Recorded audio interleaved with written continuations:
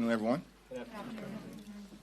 The Affordable Care Act tax credits expire next month, and Republicans are out of excuses. Because of the Republican refusal to extend the Affordable Care Act tax credits, tens of millions of Americans are about to experience dramatically increased premiums, co-pays, and deductibles. In some cases, everyday Americans are going to experience their premiums increasing by $1,000 or $2,000 per month. These are working class and middle class Americans. Those increases will be unaffordable. Everyday Americans will be unable to go see a doctor when they need one. And yet Republicans continue to bury their heads in the sand and are unwilling to address the affordability crisis that is crushing the American people. This from a group of folks, these extremist Republicans, who spent all of last year lying to the American people, saying to everyday Americans that they were going to lower costs on day one. But we know under Donald Trump and complete Republican control of the House and the Senate, costs haven't gone down in America. Costs have gone up. Housing costs, out of control. Grocery costs, out of control. Electricity bills, out of control. And now health care premiums, skyrocketing, out of control because of Republican inaction and an unwillingness to do anything to make life better for the American people. The Trump tariffs have been a complete disaster. As we approach Thanksgiving and the holiday season, food costs are skyrocketing through the roof, and everyday Americans are experiencing thousands of dollars in additional expense. The economic policies of Donald Trump and the Republican Party have been a complete and total failure. That's why they were routed across the country, thoroughly destroyed by the electorate in state after state after state, because they've done nothing to make life more affordable for everyday Americans, and they've done everything to make life more expensive.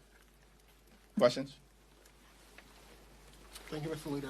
Earlier today, President Trump posted on Truth Social with regard, I'm trying to pull it up, with regard to the Indiana Republicans not redistricting their map, that Democrats are trying to steal seats everywhere, and we're not going to let that happen. I want to get your response to that. I also want to get your response to him saying we must keep the majority at all costs. How do you interpret that message, and do you believe that Democrats should fight back against that effort at all costs, or what lines are there for Democrats responding to this effort of Donald Trump pressing Indiana Republicans and other Republican state legislators to redraw their maps to kind of steal seats, as you've characterized it, from Democrats in 2026? Yeah, we've made clear from the very beginning that as Democrats, we are not going to let Donald Trump and Republicans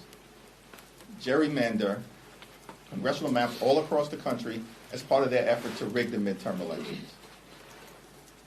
Why has Donald Trump launched this extraordinary and unprecedented effort to gerrymander congressional maps throughout the country?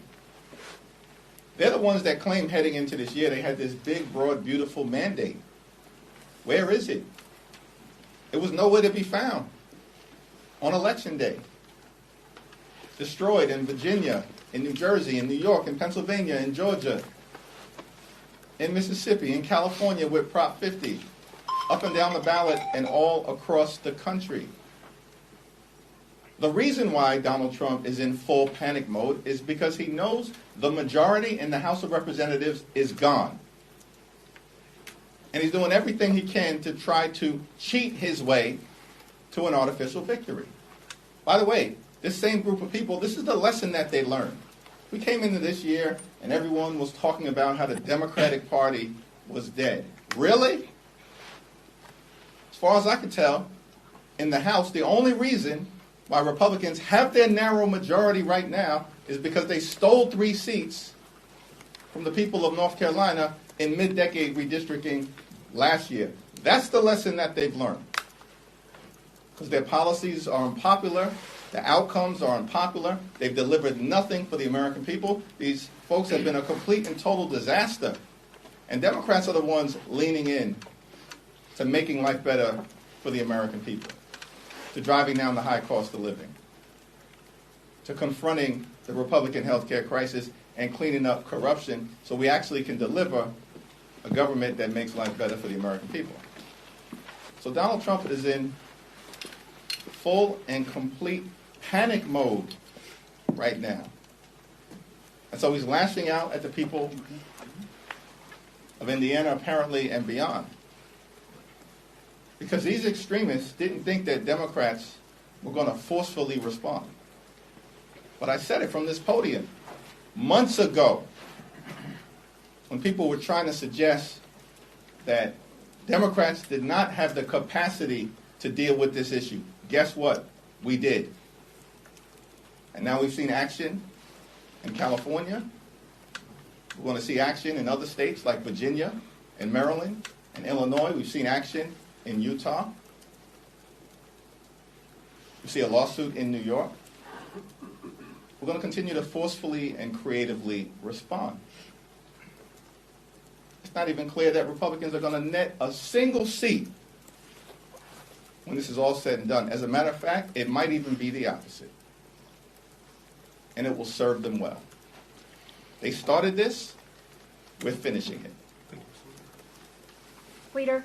Mr. Leader, two questions. One on health care. The president said over the weekend that he's had some conversations with Democrats about some type of direct payment plan, giving money back to people. Have you had any conversations with the president, or are you aware if he's had any conversations with members? And then secondly, on Epstein, the president also just said a short time ago that he might be willing to sign this measure if it clears both chambers. If that is the case, are you comfortable with whatever information is in the Epstein files if it involves or potentially implicates Democrats? Donald Trump appears to have chickened out on the Epstein scandal. He's caved. It's a complete and total surrender. Because as Democrats, we made clear from the very beginning, the survivors and the American people deserve full and complete transparency as it relates to the lives that were ruined by Jeffrey Epstein, who was a monster, and all of those folks who were dealing with him. The wealthy and the well-off. And people who are going to be exposed in full transparency. That's been our commitment from the very beginning. And it's closer to happening this week. The House will act decisively. The Senate needs to act. And Donald Trump just needs to step out of the way and let the chips fall where they may. Now, in terms of the first part of your question, I have no idea what Donald Trump is talking about. I certainly haven't had a conversation with him. I have no visibility into Leader Schumer having a conversation with him. I don't know a single member of the House Democratic Caucus who has had a conversation with Donald Trump.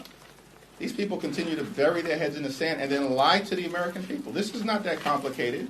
Time has run out as it relates to extending the Affordable Care Act tax credits. The most viable path forward is for those Republicans, all we need is a handful, to join our discharge petition, just like a handful joined the discharge petition related to Jeffrey Epstein and those files. All we need is a few Republicans to join the House Democratic Caucus discharge petition, and we can extend the Affordable Care Act tax credits for 3 years to provide the American people with the certainty that they need that their health care costs are not going to explode.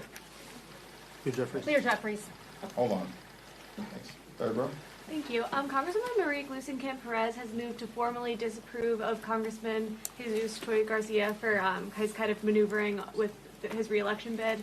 I'm curious what's your stance on that and whether you're telling Democrats to vote against formally reprimanding him. I strongly support the motion to table that will be brought this evening, and I expect that it will succeed. Leader Jeffries. Thanks. Third row. Do you think that the manner in which Congressman Garcia retired abruptly for only his chief of staff to take his place. Do you think that was wrong? Here's what I think. The American people are focused on the high cost of living in the United States of America. That's what they're focused on. The affordability crisis, that's what the results were all about during the first Tuesday of this month, when Republicans were shellacked throughout the country. Because they had failed on the economy, and Democrats actually have a vision all over the country to drive down the high cost of living and deal with the affordability crisis that exists in the United States of America. As House Democrats, that's what we're going to continue to focus on. I do not support this so-called resolution of disapproval, and I strongly support Congressman Chuy Garcia. He's been a progressive champion in disenfranchised communities for decades, including during his time in Congress, and he's made life better for the American people. Thanks. Thanks, Leader. You put forward a 3-year extension proposal for ACA subsidies. Some Republicans have put forward alternative proposals that don't go as far in terms of the time, the length. I'm wondering, would you be willing to potentially accept or work through a negotiation on a shorter amount of time frame, if you end up getting Republicans' support for something like that? Time has run out in terms of the games that Republicans have played as it relates to extending the Affordable Care Act tax credits. Now, in July, Republicans rushed back to Washington. Why? So they could enact the largest cut to Medicaid in American history. In the same bill, they ripped $186 billion in funding from SNAP, the largest cut to nutritional assistance in American history. And in doing so, literally stole food from the mouths of hungry children, seniors, and veterans. And all of that was done, setting in motion closures of hospitals, nursing homes, and community-based health centers. All of that was done in that one big ugly bill. Why? So that Republicans could reward their billionaire donors with massive tax breaks. And then they made those tax breaks permanent. Those massive tax breaks for their billionaire donors, they were scheduled to expire on December 31st, the same day as the expiration of the Affordable Care Act tax credits. But Republicans could not be bothered to keep health care affordable for working class Americans, middle class Americans, and everyday Americans. These extremists are unserious. And they refuse to take yes for an answer over and over and over again. Leader Schumer put forth a very reasonable proposal, a 1-year extension, plus a bipartisan commission to discuss what happens relative to health care affordability moving forward. Republicans rejected it because they're unserious. And so our proposal about the path forward is our proposal about the path forward, a clean 3-year extension. Leader Jeffries. Thanks. Why should Americans trust you and House Democrats on the Jeffrey Epstein files when one of your own, Congresswoman Plaskett, was found to be texting with Jeffrey Epstein during a hearing, getting information from him, using that in her questioning during a congressional hearing, and at one point he tells her, "Good job." This is a bipartisan effort to make sure that, consistent with what the survivors have requested, that there's full and complete transparency, and every single predator who may be in those Justice Department files doesn't escape accountability. Thank you, Leader Jeffries. New York City Councilman Chi Osei filed paperwork today to run against you to represent Brooklyn. He has said that Democratic leadership has failed to effectively fight against President Donald Trump. What's your response? Come on in, the water is warm. Thank you, Leader Jeffries. I wanted to ask, Representative Burchett and Speaker Johnson alleged that Democrats blocked the UC last week to release the Epstein files. Any comment on that? And did Democrats block that unit? I have no idea what Mike Johnson is talking about. He didn't pick up the phone and call me about a damn thing relative to the Epstein files. This guy has been blocking the release of the Epstein files for 7 or 8 weeks. The House has literally been out of session. Republicans have been on a taxpayer-funded vacation for 7+ weeks, refused to swear in Representative Adelita Grijalva. Why did they do that? Because they knew she would trigger an up or down vote on the release of the Epstein files, as she has now done. And we're supposed to believe Mike Johnson's crying wolf now, saying all along it was Republicans who wanted to release the Epstein files? Give me a break. It's not serious. These people are not serious. And we shouldn't tolerate the fact that they continue to lie to the American people on all of the things, on all of the issues. Their lies is what has gotten them in trouble. It's the reason why Republicans were beaten like a piñata on Election Day across America. And why Republicans are going to lose control of the House of Representatives next year, as I predicted earlier this year. Thanks. Thank you, Leader Jeffries. So there's been some backlash over the shutdown ending, people calling Democrats cowardly or spineless. So I wanted to ask, ahead of midterms, what's next for the party from here? Who has suggested that? And who have they said that about? There's been a lot of... I'm just asking for the sources. I can't answer a question unless you actually give me the sources so I understand the context of what you're talking about. Was that directed at House Democrats? It's directed at House Democrats, Senate Democrats, Democrats in office. There's just a lot of online murmurings on TikTok, X, everywhere. Online murmurings on TikTok and X aren't anything that I can respond to. What I can respond to is the fact that Democrats in the House, partnering with Democrats in the Senate, have waged a courageous battle on behalf of the health care of the American people, fighting to protect Medicare, Medicaid, the Affordable Care Act, our hospitals, our nursing homes, our community-based health centers, and the fact that it's Democrats who believe in this great country of ours that access to high-quality and affordable health care cannot simply be a privilege that is available only to the wealthy, the well-off, and the well-connected. Health care has to be a right that's available to every single American. And the American people know that we're on their side in the context of that health care fight. And by the way, Democrats have been winning elections despite all of the exaggerated news of our demise since January of this year with the special election in Iowa. That was in January in a district that Donald Trump had just won by 21 points. And then we won a special election in New York by 30 points. In February, a special election in Pennsylvania. And then we won a special election in Wisconsin, a state that Donald Trump had just won. That was in April. And we won it by 11 points. In Wisconsin, a swing state. That never happens. In April, and then in May, we won a special election in Omaha, defeated a 3-term Republican incumbent, elected the first African-American ever to be the mayor of the all-American city of Omaha. On and on and on. Since January, what do you not get about what's happening in America? And the fact that the American people have rejected Republican extremism, and over and over and over again, time and time again, through the most recent election, embracing Democratic candidates, the Democratic platform, and the Democratic Party. Thanks. Sorry, Kevin, and then I'll go.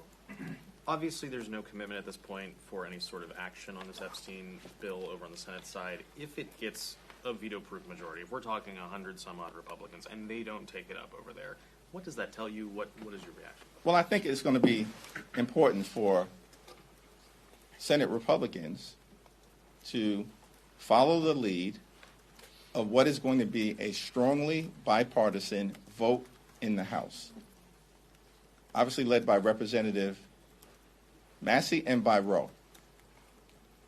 And I'm thankful for the leadership of both of them. But it's going to be strongly bipartisan in the House, and it probably will be a veto-proof number, certainly given the fact that Donald Trump has just caved once again, spectacularly and publicly, and now wants to pretend, lie to the American people, that Donald Trump all along has been interested in the Epstein files released. Really? Literally, just a few days ago, you summoned Lauren Boebert to the Situation Room to try to continue the Jeffrey Epstein cover-up. Think about this. This is where we're at in America. John F. Kennedy, who created the Situation Room and was in the Situation Room in 1963 during the Cuban Missile Crisis. Bill Clinton, in the Situation Room, dealing with the tragedy of the Oklahoma City bombing in 1995. President Barack Obama, in the Situation Room in 2011, during the successful raid on Osama bin Laden in Pakistan. But in 2025, this is what it's come to in America. Donald Trump is using the Situation Room to advance the cover-up of the Jeffrey Epstein files. This is why Republicans are being rejected all across the country. These are both unserious and dangerous people at the same time. Thanks. Saudi Prince Mohammed bin Salman is meeting with the president tomorrow, and there's talk of him coming to the Hill. If you had the opportunity, would you participate in such a meeting?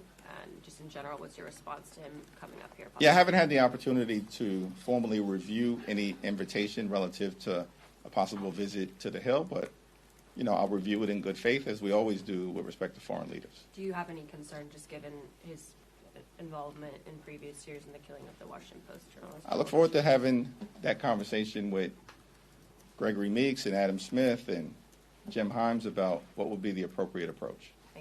The clock's already ticking towards January 30th. Can you report on any progress on the appropriations bills? Are we making any progress on minibus 2? The Senate's going to be out for Thanksgiving, Christmas. I'm just wondering if we're going to be facing another shutdown sort of scenario.